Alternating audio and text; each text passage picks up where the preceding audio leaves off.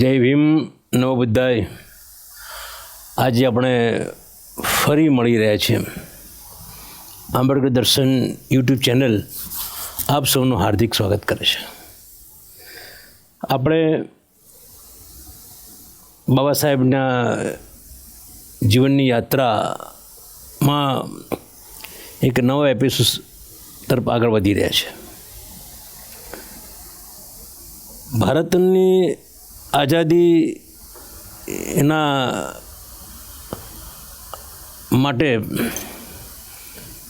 કોંગ્રેસ, મુસ્લિમ league, British government બધા લોકો તૈયારીમાં પડી ગયા છે. બ્રિટિશ ગવર્મેન્ટ પણ ભારતને આઝાદી આપવા માટે તૈયાર છે અને ભારતના લોકો, ખાસ કરીને કોંગ્રેસ, મુસ્લિમ લીગ અને અન્ય લોકો પણ આઝાદી ઈચ્છે છે. પ્રજા પણ આઝાદી ઈચ્છે છે. એટલે વખતે આ આઝાદી આપવા માટે જ્યારે બ્રિટિશ ગવર્મેન્ટે કેબિનેટ મિશન ભારતમાં મોકલ્યું અને પછી તો બીજું વિશ્વયુદ્ધ પતી ગયું અને ભારતના લોકોને હાથમાં બ્રિટિશ ભારતને આપવા, બ્રિટિશ ભારત જે હતું, બ્રિટિશ ઇન્ડિયા, એ ભારતના હાથમાં આપણને સત્તા ભારતને આપવા માટે કેબિનેટ મિશને કામગીરી હાથ ધરી. એટલે 16/5/1946 દિવસે કેબિનેટ મિશને અમુક મુદ્દા આપ્યા અને એ મુદ્દાઓમાં એવા મુદ્દાઓ હતા કે જે આપણે પણ ચર્ચા આપણે આગળ કરી જ છે બધી, પણ ફરી રિપીટ થાય છે. મુસ્લિમ લીગ એમ કે અમારે આઝાદી જોઈએ છે. મુસ્લિમ સમાજને, મુસ્લિમોને અલગ દેશ જોઈએ છે. એટલે મુસ્લિમ લીગ સતત બ્રિટિશ ગવર્મેન્ટ પાસે અલગ દેશની માગણી કરતા રહ્યા છે, ખાસ કરીને મોહમ્મદ અલી ઝીણા.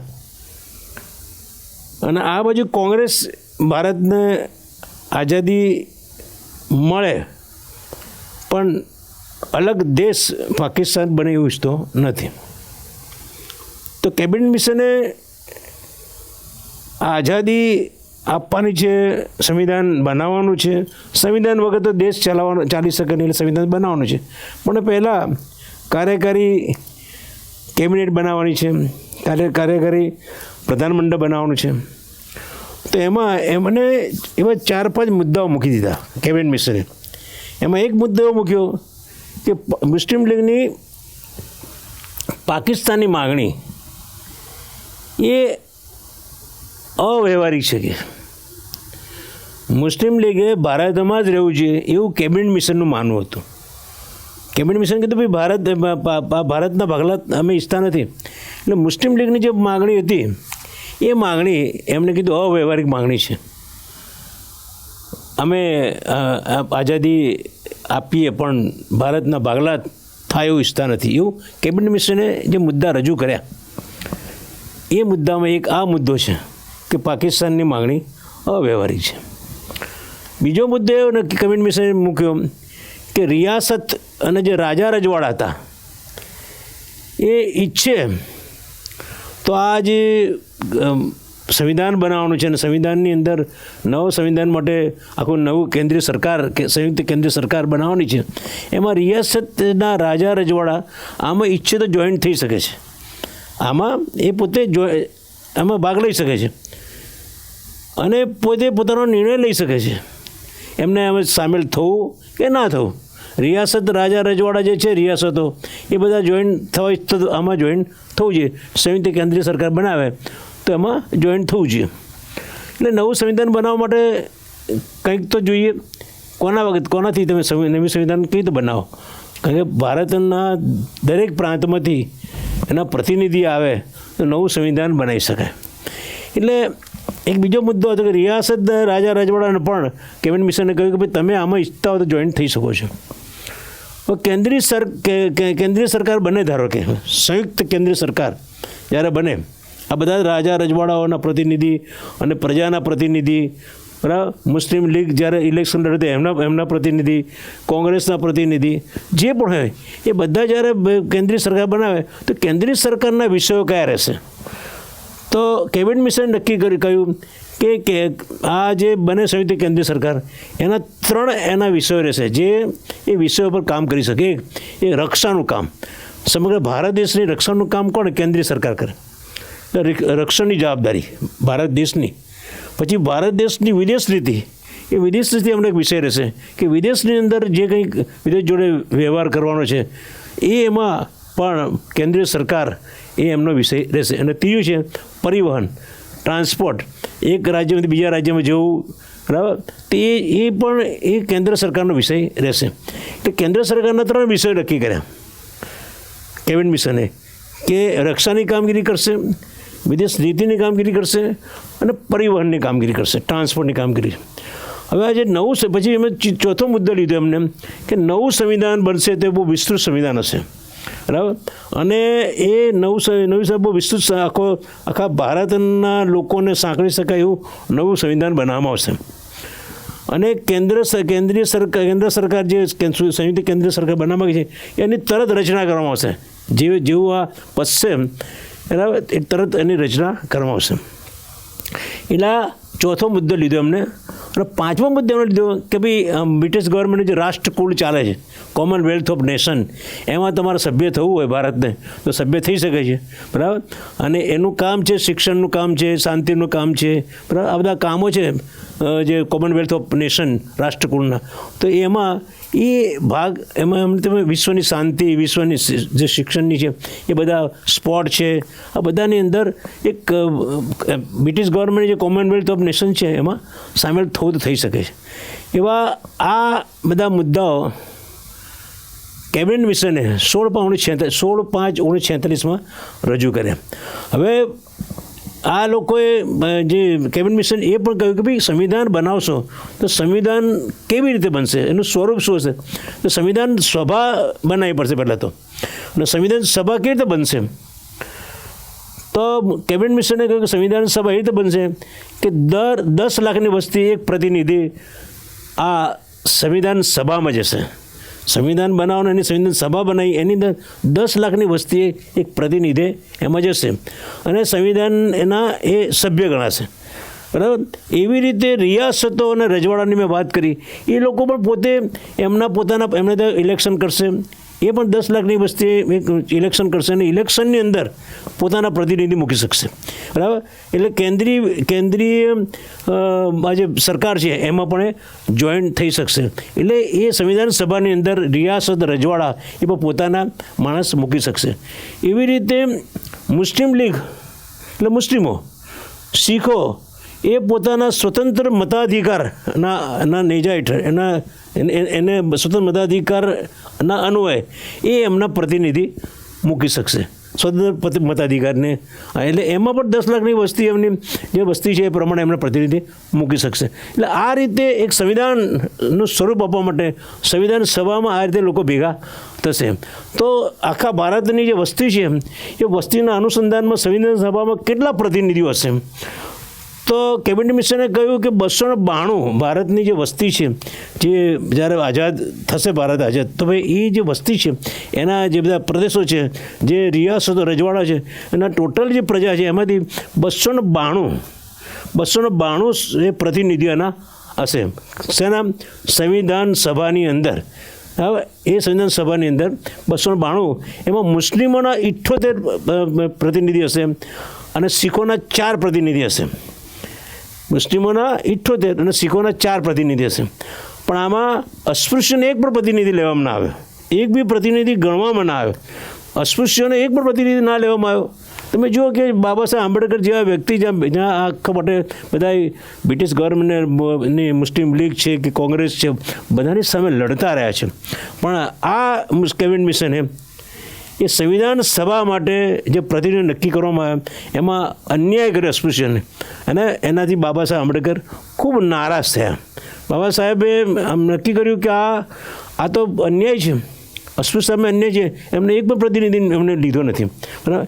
એટલે આ યોજના વિશે બાબા સાહેબ તો નારાજ હતા કે આ એમને જે કેબિનેટ મિશને જે મુદ્દા મૂક્યા છે એ મુદ્દા આપણા કામના નથી, બરાબર. એટલે પછી તો શું થયું કે એમને બાબા સાહેબ આંબેડકરે તો એનો વિરોધ કર્યો છે કે આ રીતે ન ચાલે.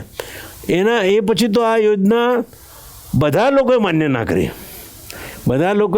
કરી, અને બધાએ ઘૂસપૂસ કરીને કે ભાઈ આ બધી જેટલા પણ પ્રતિનિધિઓ જે બ્રિટિશ ગવર્મેન્ટે જોડાયેલા હતા એ બધા લોકોએ કે ભાઈ આ યોજના બરાબર નથી. હવે એમને એમ કહ્યું કે રિયાસતો રજવાડાઓને એમને આ સંવિધાન સભાની અંદર એમને જોડાવો તો જોડાય, ના જોડાય, એનો પણ વિરોધ થયો. જો આ તમે રિયાસત રાજા રજવાડા સ્વતંત્ર થઈ જાય, એ જોડાય નહીં, તો કાલ તો એ સ્વતંત્ર થઈ જાય તો પાકિસ્તાનની માગણી તો યોગ્ય જ છે. પાકિસ્તાનની માગણી પાકિસ્તાન કે મુસ્લિમ કે અમારે નથી જોઈન થવું, એટલે એમની માગણી પ્રોત્સાહન મળે. એટલે એ કેબિનેટ મિશનની માગણી ખોટી હતી કે રિયાસત રાજા રજવાડા પણ અમે જોઈન થવું જ પડે. એ કે એમને જો ઈચ્છે તો સામેલ થઈ શકે છે. એ મુદ્દો કેબિનેટ મિશનનો યોગ્ય નહોતો, અને એના કારણે પાકિસ્તાનની માગણીને પ્રોત્સાહન મળે, બરાબર. એટલે એ માટે આ યોજના માન્ય ના થઈ. બીજું કે અસ્પૃશ્યને પણ સામેલ નથી કરે, એટલે આ યોજના માન્ય ના થઈ. નેતાઓ અને વાઇસરોય પછી તો શું થયું કે આ બધો વિરોધ થયો, ચારે બાજુ વિરોધ થયો, એટલે બધા નેતાઓ, વાઇસરોય, મંત્રીમંડળ સદસ્યો એ બધા ભેગા થયા અને ચર્ચાઓ કરવા માંડ્યા કે શું કરવું જોઈએ, કેમ આ બધા પ્રશ્નો વધ્યા. વાઇસરોય પછી એ વખતે શું થયું કે જે કેબિનેટ બનાવી હતી કેન્દ્રીય સરકાર બનાવવા માટે, એમાં કાર્યકારિણીની અંદર 12 લોકો લીધેલા હતા. 12 વાઇસરોય કે 12 લેવા જોઈએ, વાઇસરોય કોંગ્રેસ કે 15 લેવા જોઈએ, બરાબર. કેન્દ્રીય સરકારની અંદર જે કાર્યકારિણી બનાવી છે એની અંદર વાઇસરોય 12 સભ્યો ઈચ્છતા હતા, કોંગ્રેસ 15, એટલે એનો વિરોધ થયો, બરાબર. અને પછી તો અંતમાં વાઇસરોય માની 13 સભ્યો લેવાનું નક્કી થયું. 13 સભ્યો લેવાનું, એની અંદર હિન્દુ 5, મુસ્લિમ 5, અલ્પસંખ્યક 2 અને અસ્પૃશ્ય 1, આ રીતે લેવાનું નક્કી થયું, બરાબર. છતાં કોંગ્રેસે આ ફોર્મ્યુલાને સ્વીકારી નહીં. કોંગ્રેસ કે અમારે 15 જોઈએ, અમારા 15 જોઈએ તો અમે બધાને ન્યાય આપી શકીએ, પણ વાઇસરોય કે એમને 13ની એમની માગણી સ્વીકારવામાં આવી, બરાબર. વાઇસરોય કેન્દ્રીય મંત્રીઓની ઘોષણા કરી અને કેન્દ્ર સરકારની રચનાનો આરંભ કર્યો. આ રીતે કેબિનેટ મિશન દ્વારા ભારતની આઝાદી એની એમ કહેવાય કે એની એક શરૂઆત થઈ ગઈ, એમ કે ભાઈ આ સંવિધાન સભા બની જાય, અને સંવિધાન સભા બને સંવિધાન બની જાય એટલે દેશ ચાલી શકે. એટલે આટલી વાત એ કેબિનેટ મિશને શરૂ કરી. અને આપણે આગળ પણ જોઈએ કે કેબિનેટ મિશનની અંદર સંયુક્ત કેન્દ્રીય સરકારની અંદર કોણ લીધેલા હતા, એ વાત આપણે આગળ પણ આ વસ્તુ રિપીટ થાય છે વારંવાર, કે એના કારણે લોકોને ખબર પડે. એટલે સંવિધાન સભાની અંદર કુલ પ્રતિનિધિ 292 લેવામાં આવ્યા, 292 મુસ્લિમો 78, શીખો 4, અસ્પૃશ્ય એના લીધા, બરાબર. તો એને પણ જબરજસ્ત વિરોધ થયો છે, બરાબર. એટલે આ જાતની વાત આજે આપણે કરી રહ્યા છીએ. એટલે કેન્દ્ર સરકારની રચના તરફ આપણે આગળ વધી રહ્યા છીએ. કેન્દ્રીય સરકારની રચના આ બધાની વચ્ચે મતાંતર છે, એટલે હાલ તો અસંભવ થઈ ગઈ, બરાબર. એટલે જુઓ તમે કે ભારતની આજે આપણે જે બધા રાજ કરીએ છીએ 1900 અને 2026ની અંદર, તો એ જમાના 1946ની કેવી પરિસ્થિતિ હશે કે બ્રિટિશ ગવર્મેન્ટ સત્તા ભોગવતું હતું, અને પછી આ બધા નેતાઓ કેવા પ્રશ્નોની અંદર લડતા ઝઘડતા મતાંતર થતા હતા, બરાબર. તો એ એક બહુ જ વિષય એવો છે કે ભારતના આઝાદ થયા પછી શું થયું હશે, એ આપણા બધાના મગજમાં હોય કે ત્યાં એ સમયે બધાના મગજમાં શું હશે.